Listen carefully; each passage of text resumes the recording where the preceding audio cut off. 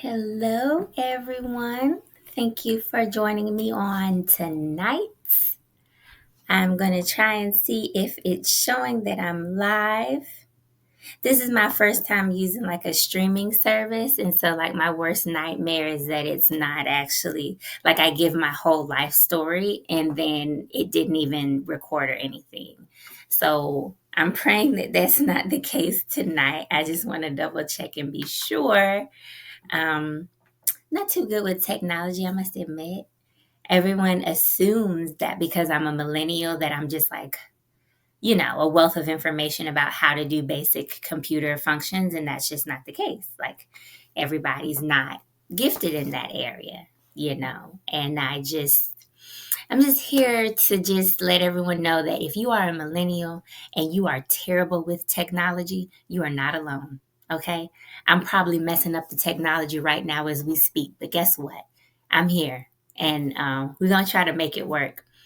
Um, Let me just double check one more area to see if we are indeed live because I've been hyping it up for the past like week and I don't want to like hype it up and then it not even be on. How y'all doing tonight? It's been a whole week since we last went live and we had so much fun last time. Oh my goodness. Like we had an amazing time last time. It was just it was so fun. Um so if you haven't seen last week's post, please go back and watch it. It's about my trips to Iraq. I started off by telling about my very first trip in 2018 when I was there for exactly 1 month. And being in Iraq, having to live there, having to be in the culture, having to live through an earthquake. I mean, it was a lot. So if you want to hear about the first part of that trip from 2018, please, please, please watch the last video I did. But tonight, I am going to talk about some other things that happened. Again, I've been to Iraq twice now. I went for a month in 2018, and I went again at the end of December for 2 weeks, total of 15 days. And I did say that I was going to let you all know if I had plans to go back. And the answer is yes. So not only have I been sent to Iraq twice, but I'm actually going back a third time. And then I'm going to go back a fourth time. And I'm going to go back until God taps me on the shoulder and says, hey, sis, stop going over there. So until that time comes, I don't know, but I'm going to be over there again, and I'm just expecting God to show up again as He does every time I go over there. And so, for those of you who don't know, hey sis, I love y'all. Thank you for joining. Hey Tanya, I don't know how to like or wave on this platform yet. I'm technology challenged, so I'm just gonna actually wave, because I don't know how to do it on this technology. What was I saying? So yeah, I'm gonna be going back in March, and then again probably in June. But to tell you about the trip 2018. So this time, it was my first time in Iraq. I was there for a month, and my third day there was an earthquake. If you want the details, please check the first video I did. And so, one thing that I do want to let you all know is that Iraq is it's a regular country. It's not, you get there, you're not going to be in Kansas anymore. So it's going to be different. It's going to have its own vibe, have its own culture. And so because it is literally in the desert, what you will notice is that a lot of areas are covered in like a thin layer of dust. So even the apartment that I was staying in on the kitchen floor, thin layer of dust. Your cars, thin layer of dust. Your shoes, you're going to basically be a little bit dusty when you're over there. Okay. No shade or nothing, but that's where you're at. Even though you're in the city, even though you're in a building, it's going to sweep in because of the wind and because of the elements. So it's just really like a natural part of life. I was in Baghdad. I was not able to drink the tap water or even use the tap water to brush my teeth. I always had to make sure that I was using bottled water to brush my teeth, and making sure that even when my tea or coffee was prepared, it was prepared from bottled water. And the residents of Baghdad did the same thing.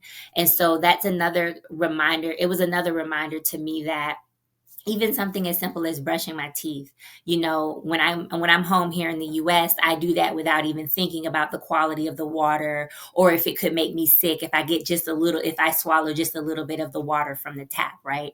So having to do that every day, it just really reminded me that, these little blessings that I have and that I take for granted, I'm even so much more appreciative of them.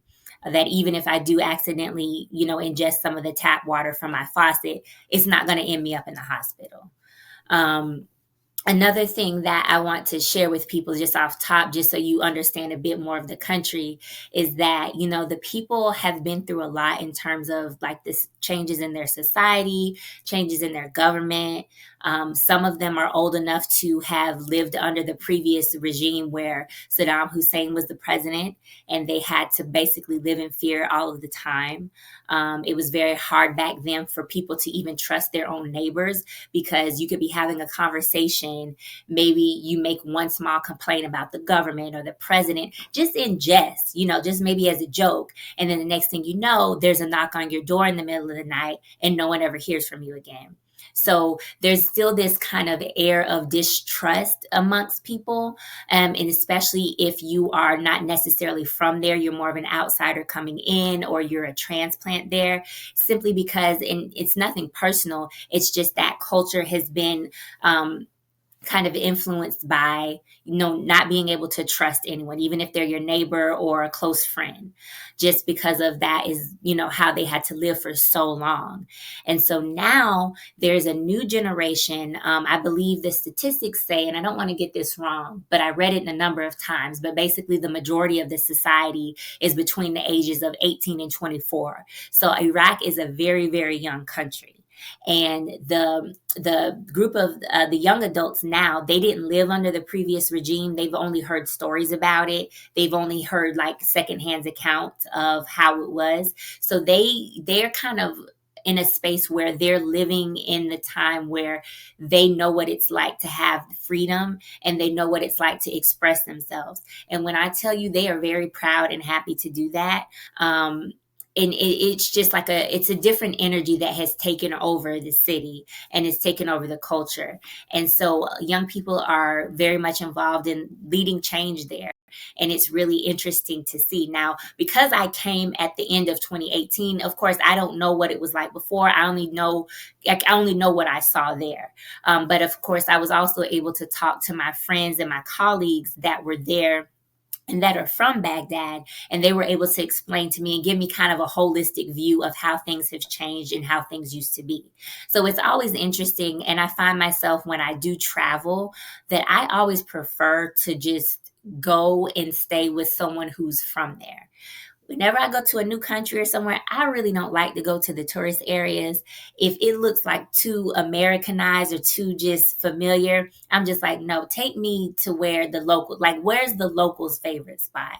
So I really got so immersed in Baghdad culture and everything because I had to depend on the people I was with for everything. As I told you last time, there were security checkpoints everywhere. So even if I wanted to go like not even a mile away from where I was living, I would have never been able to do that by myself because I had to go through a security checkpoint. And in order to go through the security checkpoint without any problems, I had to be with someone who was from there.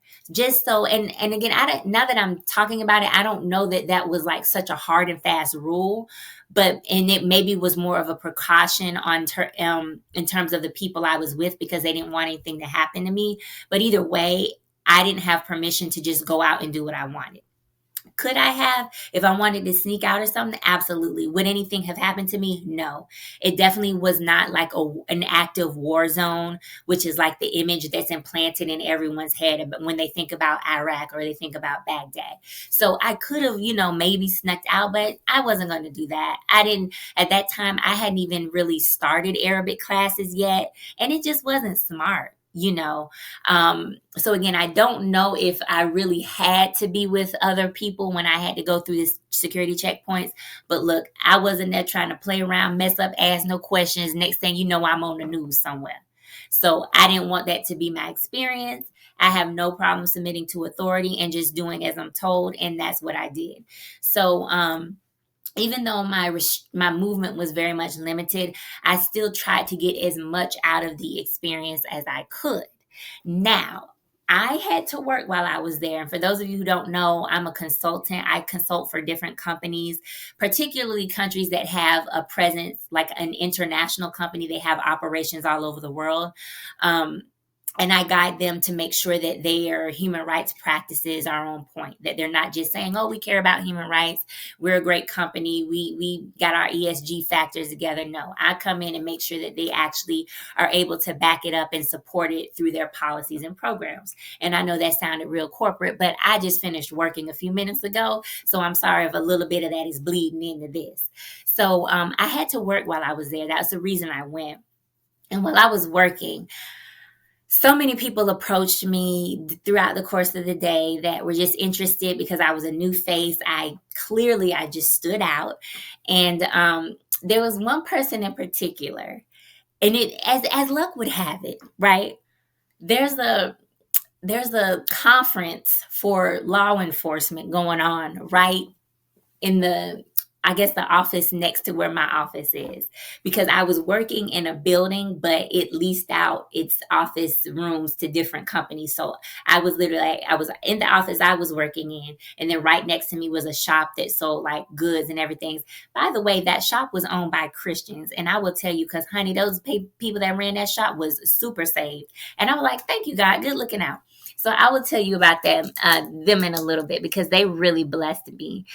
So as I'm working, so there's this law enforcement conference going on. The people are there every day. Again, I'm new to Iraq and never been there before. Like I said last time, don't even know what the animals look like. Okay, don't know nothing. And so this one guy in particular, he kept coming to my office every day. And I don't know if on your job you just have somebody that just always coming by, really don't have nothing to say. They just, want to speak or whatever. And it's cute and it's fun. Okay, we all have that story. But of course, there's a language barrier, because I don't speak the Arabic yet, and he don't speak the English at all. So he's depending on his homeboy to translate to me the fact that he's interested in me. Now, pause.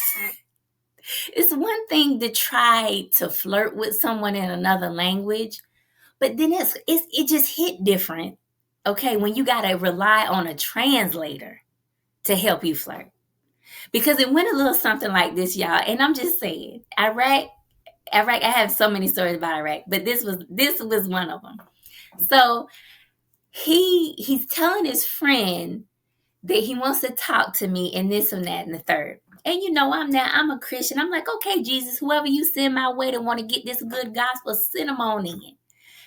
He ends up telling his homeboy to tell me that he is so interested in being with me that he is going to go to the store, buy himself a Jesus piece.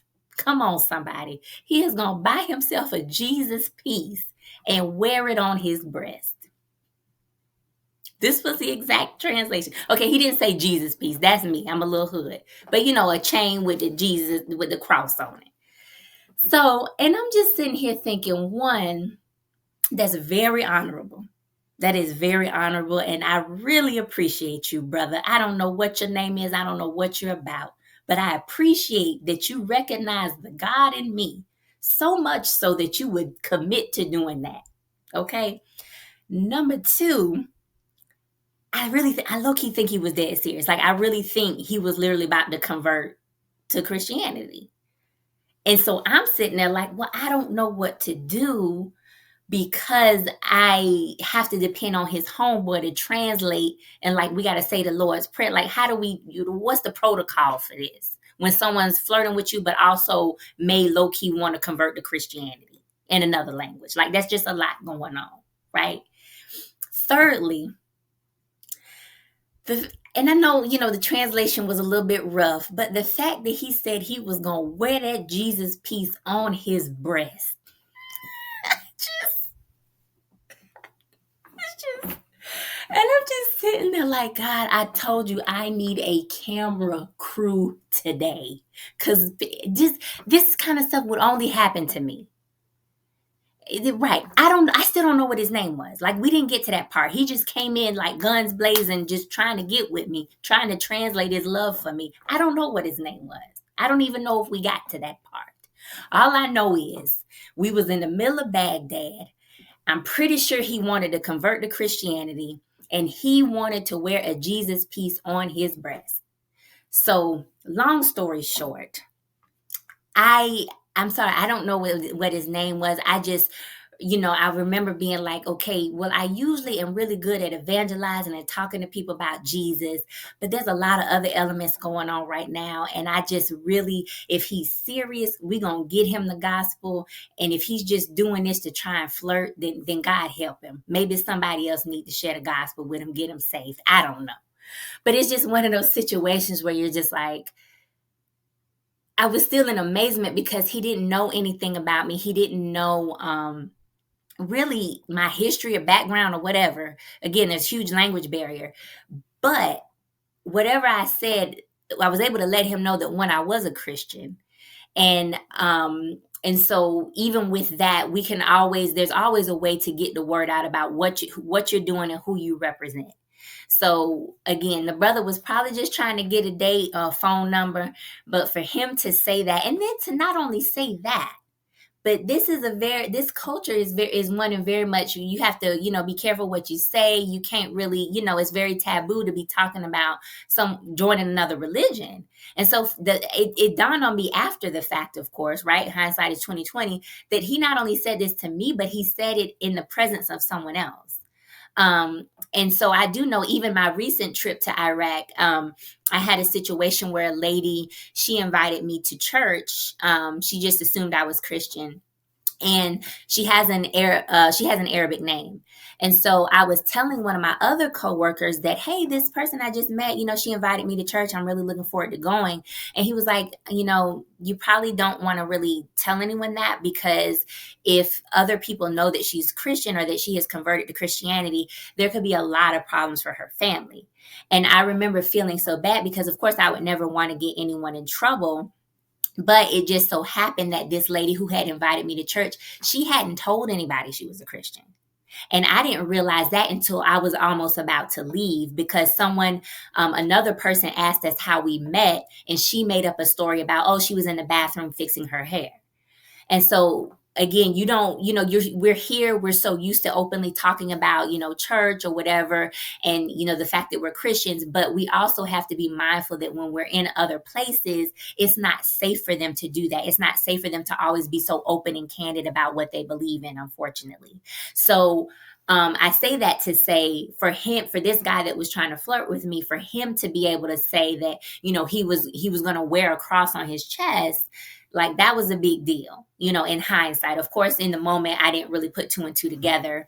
But again, you just never know how God is going to move on someone's heart or whatever. And it seems like it's kind of a funny story. It's kind of weird the way it happened, but you just never know what seed was planted. And hopefully a good seed was planted, even though, wasn't able to stay in touch or anything like that. But you really just never know, right? And so he was one of the people that, kind of openly talked to me about Christianity and what I believed in. The other people that approached me, they were like, just really trying to get to know me, or maybe trying to get my phone number or something like that. I told you all last time about the one guy who came in. He was like, yeah, I want to talk to you so I can help improve my English. And I was just thinking he spoke better English than me, my country self. So, that was a no-go. But yeah, it was interesting being someone that like kind of turned heads, because I'm so used to just being me here in little old America. It doesn't really, I could do whatever and it doesn't really stand out. But to be in a place where you're just so visible, I mean, so visible, stand out like a sore thumb. My layover flight before I got to Baghdad was in Turkey, in Istanbul, and there it's very diverse, very mixed. It's a transit point for a lot of people going a lot of different places. For me to look like I look, it was no big deal. I didn't stand out at all. But when I crossed that border and got into Baghdad, it was very obvious. And in fact, my flight to Baghdad, both times that I've went, I was the only person of African descent on the whole plane. So I don't know where everyone's from, like who all is watching. You can shout it out and let me know in the comments. I am able to read the comments and see them. But if you've ever been the only person from your your ethnic group, your nationality on a plane, it's really interesting. It is really interesting. So I was the only Black person on the plane in 2018 when I went to Baghdad, and again in 2021 when I went. And yeah, I also remember during my trip in 2018 when I was working again, I was in a fishbowl office. I had windows everywhere, so anybody passing by any kind of way could just see me, very visible. There was a man who was Kurdish, and I knew he was Kurdish because there's a traditional outfit that the men wear, and he was wearing it. And so, of course, at the time, again, I hadn't started Arabic classes. Sometimes people can't even understand when I speak in English. So for him to only speak Kurdish and me to speak no Kurdish at all, no communication whatsoever. We couldn't really do no sign languages, no, just nothing. Okay. And so I noticed he had passed by a couple of times, and then I guess he just kind of hyped himself up to come and finally approach me. And he wanted to take a picture. And I knew he wanted to take a picture because that's something you can kind of just like signal, like, hey, without really having to speak. And so in my mind, I'm like, now I take this picture with this person, can't communicate with him at all. Don't know what he's about, who he's with, nothing. Okay. What is he going to do with this picture? And, I hate to be like Debbie Downer in the situation, but this day and age, you can do so much with pictures, with videos and stuff. I've always been kind of cautious about that. Whether I'm in the US, here, there, or anything, I'm just like, okay, because you just don't know. And, but I understand that he may have never seen anyone like me before and that he was just curious. And so then another lady that I think she was with him, she also spoke Kurdish. The little bit of Arabic that I knew at the time, they didn't really understand it. So we couldn't communicate at all. She wanted a picture with me as well. So out of, the kindness in my heart, again, even though I don't know who these people are, what their plans are, what they're going to do, I take the picture with them. Now, some people go to different countries or whatever, and they have experience like that where people want to touch their hair and do all this stuff. Didn't nobody touch nothing. And if they would have tried to, I would have politely like, hey, we know, because I think no it translates in every language. But, I didn't mind taking the picture with them. Now, had I felt uncomfortable or just really off about it, if something in my spirit would have been like, no, sis, I wouldn't have done it. But honestly, there's a difference between people who are basically treating you like a spectacle or in a way that's very disrespectful to kind of make fun of you, or people who are just genuinely curious. And to me, when people are genuinely curious because they have never experienced someone like you before, that's okay. Because people are good. That's going to happen. There are places in the world, and I've actually had a friend where I think she was from Poland. I don't know which area in Poland, but she was from Poland. And I remember I asked her, I said, do you have any friends that look like me? And she said no. And she had never had a friend that looked like me. So believe it or not, sometimes that's going to happen as you travel and you go to different places. There are going to be people who have never seen someone like you before. So again, you just have to kind of use your discernment to see, or your common sense even, to just, if it's not something that would make you comfortable and you don't really understand what's going on, by no means are you obligated to take pictures or let people, touch you or anything like that. But again, if someone's just honestly curious and they're trying to understand you and what you're about, then me personally, I have no problem with that. And I like for people who have never seen someone like me or experienced someone like me, I want to give them something memorable. I want them to know that, hey, I'm approachable. I love God, I love Jesus, and this is who I am. And I'm from this place, and I would love to know more about you. And I want it to be a good experience, especially if it's not, if they may never have a chance to have that opportunity with someone like me before. So I always keep that in my mind too. Like, this may be their one time to experience someone like me, and I want to make it memorable. I don't want my fear or my discomfort, especially if it's nothing major. I don't want that to get in the way of them having an experience. And that situation also reminded me of my this other trip I just took to Iraq, where I was going into a store. We were in a place that was very, common. It was kind of like a hangout spot, but it was also a place that had a lot of historical importance. And so I'm walking, just not even thinking about it. I'm with two of my women friends, and this lady, as I'm going into the store, I didn't even get into the store yet, but she like grabs my arm. And at first I'm like, hold up now, wait, we not, hey, because when someone just snatch you like that, it's not like you just wasn't expected. Like I'm focusing on going in the store and probably spending money I don't need to spend. I wasn't expecting for anyone to grab me. And so the reason she touched me is, one, she's from a big family. Okay. And speaking from experience, when you have a big family, you used to people always being around you, always touching on, pulling on you, whatever. Okay. She had a big family. She didn't know how to stop me. She didn't know how to approach me because she just looked at me and assumed that I did not speak the language she spoke, which was Kurdish. And so she didn't do it to be rude. She just really didn't want to miss the opportunity to get my attention. So she grabbed me, and at first I was startled. I'm glad I didn't have a fast reflex. It would have went another way, thank God. But she grabbed me, and she wanted to take a picture, and I'm just thinking, don't know who she is, don't know what she about. But you know what? I'm going to take this picture with this lady. She seems very excited. She was so excited, y'all. She put her little baby in my arms and wanted the picture with me, of course. But she also wanted her baby, who don't even know where they at. I mean, the baby was like 8 months old.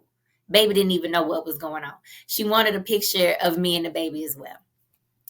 And so after I do that, that was interesting. That was fun.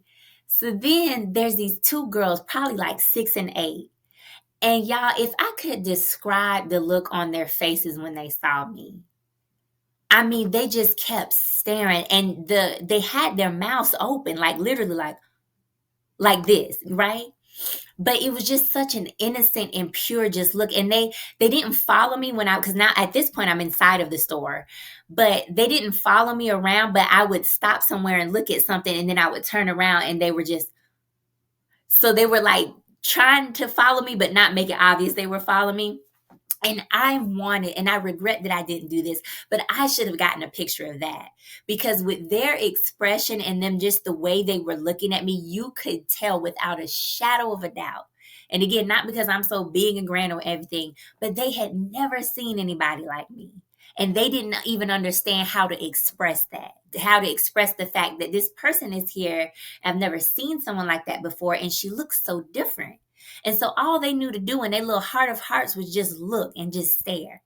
And to be the first like Black person someone's ever seen in their life, that was, man, I don't know. It was just so cool. And again, no words were spoken. I couldn't really communicate with, I guess it was her mom or whoever, because I don't know any Kurdish at all. And so it was so incredible to be the first Black person ever that someone had seen. Because I don't know how much I impressed her. I think she was really impressed, but I'm never going to forget them kids. I will never forget that. And so I'm just so thankful that even just for that experience, to just literally walk into a situation where people are like, I got to get a picture of this. Man, this is awesome. And I didn't even do anything. And I'm just thinking, thank God I put on some makeup and was looking decent a little bit. But so at least, and I did take cute pictures now. I was cute. But that was just so cool. And it's like you just never know like what's going to happen from one day to the next. Like I woke up that day, I was working and then hanging out with my colleagues after work. Didn't expect that something like that was going to happen. And again, I know the little girls were really like excited, or they were just so shocked, but they really blessed me more than anything. Um and so yeah, so another thing about my trip in 2018, my first time in Iraq when I was there for a month, I said I was going to tell you about the shop that was operating right next to the office I was working in. So there were two ladies. They were Christians. They were sisters. They were probably in their 60s. And they owned this shop where they sold like little trinkets and jewelry and et cetera, et cetera. And so I don't remember exactly how it came about or how we even got to talking, but I'm the type of person, I don't meet any strangers. And so I don't know how I found out that they were Christian or how they found out I was, but I just found it was amazing that out of all the places I could have had an office to work, that I just was in this place that was directly next to a Christian owned shop. And the reason that's so significant is because a lot of the Christians in Iraq have left. Because, of course, as you know, they were persecuted greatly by ISIS. And so a lot of them left. And then now that we're in the era of COVID, it's very unfortunate that they left because a lot of them were doctors. So there's been a huge drain of doctors and knowledge from Iraq because of the Christians leaving and having to leave for fear of their lives. And so these two ladies and their family, of course, they still stayed or whatever, and they were trying to make a living by owning their shop. And it was just I would stop by there from time to time and have tea. Like, I don't know if y'all know about Iraq, honey, but tea is a whole mood. Okay, it's a whole thing, and it's so good. It is so good there. And so I would just stop and just try. They didn't really speak English that good, but just we were still able to fellowship even with a huge language barrier. And yeah, it was just one of those things that you just don't really ever forget, and you're just so thankful that God, wherever you send me, you're always going to make sure that there's somebody from the body of Christ who's going to be there to greet me and really make me feel at home. And I really appreciate those ladies. They were so sweet. They were so sweet, and they were just so amazing. And I just know that God's love was really shining through our interactions, because I was having a very difficult time while I was there. Um, it was around my birthday, and birthdays are usually kind of difficult for me because my older brother passed away some years ago, and he would always just do something fun on my birthday. Like, he would always call me wherever he was, or just something to just shout me out. And so I always miss that when my birthday time is around. So that was already an emotional time for me to be there. And then I'm in this new environment. I was having a lot of problems on the job I was working.